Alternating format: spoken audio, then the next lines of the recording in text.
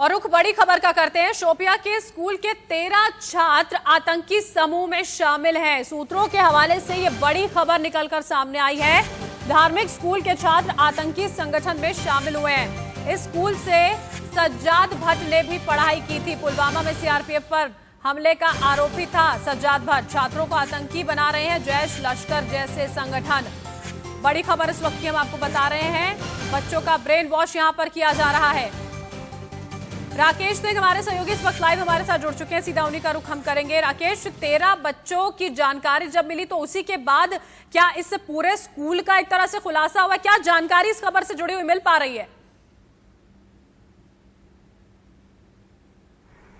देखिए, खुफिया एजेंसियों के पास इस स्कूल के बारे में पहले से कुछ जानकारी मिल रही थी, लेकिन जैसे ही पुख्ता जानकारी मिली तो उसके बाद सुरक्षा एजेंसियों के रडार पर आ गई। और दक्षिण कश्मीर में शोपियां जिले के ये धार्मिक स्कूल है और 13 छात्रों के आतंकी समूह में शामिल होने का पता चला है। जो खुफिया एजेंसियां हैं इस संस्थान से, उनका कहना है कि इस संस्थान से सज्जाद भट्ट पढ़ाई की थी, जो फरवरी 2019 में पुलवामा में सीआरपीएफ के काफिले पर हुए आतंकवादी हमले में आरोपी था। और अधिकारियों की माने तो इस स्कूल में पढ़ने वाले छात्र मुख्य रूप से दक्षिण कश्मीर के कुलगाम, पुलवामा, अनंतनाग जिलों से हैं और इन क्षेत्रों को आतंकवाद के लिहाज से संवेदनशील तथा अनेक आतंकी समूहों में स्थानीय लोगों की भर्ती का केंद्र माना जाता है।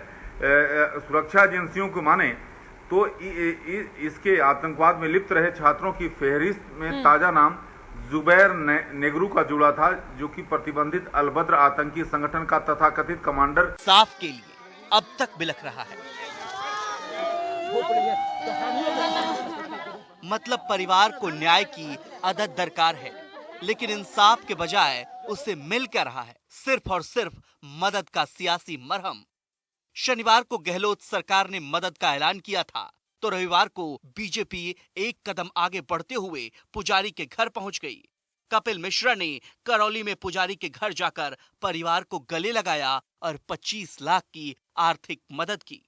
24 घंटे में पूरी दुनिया से 2587 लोगों ने 25 लाख से ज्यादा रुपए इकट्ठा करके पुजारी जी के परिवार के लिए भेजे हैं। अभी मैं इनके परिवार से मिला हूं।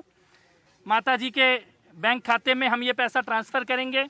उनका बैंक के डिटेल ले रहे हैं, पैन कार्ड के डिटेल ले रहे हैं। उनका खाता पैसे ना होने के कारण बैंक ने बंद किया है। 2 लोगों की टीम बैंक से बात कर रही है। मुझे ये लगता है कि पैन कार्ड और बैंक का खाता शुरू होते ही आज शाम को या कल सुबह किसी समय माता जी के खाते में 25 लाख रुपए हम लोग ट्रांसफर करेंगे। कपिल मिश्रा के करौली पहुंचने के साथ ही सियासत तेज हो गई है, क्योंकि करौली पहुंचते ही कपिल मिश्रा ने गहलोत सरकार और कांग्रेस पर हमला बोला। प्रियंका और राहुल की खामोशी को लेकर भी सवाल उठाए। कपिल मिश्रा ने राहुल गांधी और प्रियंका गांधी पर प्रहार करते हुए कहा कि इन्हें दोनों की जोड़ी करौली क्यों नहीं जा रही। उन्होंने कहा कि पुजारी के साथ विभत्स घटना अंजाम दी गई और कांग्रेस चुप है। करने वाले और उनकी बहन आखिर इस पुजारी जी के बारे में 2 शब्द नहीं बोल पा रहे हैं, एक सांत्वना का संदेश नहीं भेज पा रहे हैं, अपनी सरकार को निर्देश नहीं दे पा रहे हैं कि न्याय तो सुनिश्चित करो। और वो गाड़ी जो हाथरस के टोल टैक्स पे भिड़ जाती है और वो महान लोग जो बिना धक्का दिए गिर जाते हैं, उनकी गाड़ी करौली की तरफ क्यों नहीं मुड़ पा रही है? उनके मैप में नहीं आ रहा है क्या? उनको आना मना कर दिया गया है क्या? ये जिज्ञासा मेरे मन में है और ये दुखद है। यहाँ अपराध शव को जलाने को लेकर तो जंतर मंतर में मोमबत्तियां जल गईं और व्यक्ति जिंदा जला दिया गया, जीवित जला दिया गया एक व्यक्ति, और मुंह से 2 शब्द निकल के नहीं आ रहे हैं। कोई सरकार का मंत्री, विधायक, मुख्यमंत्री आने को तैयार यहाँ पे नहीं है। पीड़ा होती है, बहुत पीड़ा होती है। और मैं केवल इतना कहना चाहता हूँ कि 10 लाख रुपए कुछ नहीं होते गहलोत साहब। 25 लाख रुपए तो हम जैसे साधारण लोगों ने इकट्ठा करके दे दिया परिवार को। सरकार परिवार के साथ खड़ी हुई नजर नहीं आ रही है, ये दुखदाई है।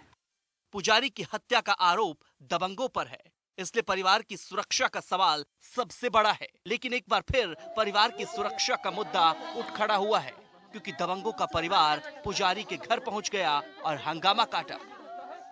दोनों बच्चों ने बोला है कि हमें विधायक ने भेजा है, तो इसमें क्या रमेश चंद मीणा की चाल है? कोई सुरक्षा नहीं है यहाँ पे, कोई लेडीज पुलिस नहीं है। 6 बच्चियों की सुरक्षा कौन करेगा? आज मैं शुभम शर्मा आवाज उठाता हूँ इस गांव की ओर से, इन 6 बच्चियों की कौन सुरक्षा करेगा? अब ये न्यूज एंकर पे धक्का मारा है इन लोगों ने, दोनों बच्चियों ने सरेआम न्यूज एंकर पे धक्का मारा है, इसका कौन जिम्मेदार है बताओ मुझे। शुभम वाली बात बिल्कुल सत्य है भाई, दिन में तो अपन सब हैं, लेकिन रात को कौन सुरक्षा में इनकी में। करौली में पुजारी हत्याकांड के बाद विपक्ष की ओर से गहलोत सरकार पर हमले जारी हैं। सरकार सवालों के घेरे में है, सरकार से सवाल बनते भी हैं, लेकिन इंसाफ में जिस तरह से देरी हो रही है, सियासत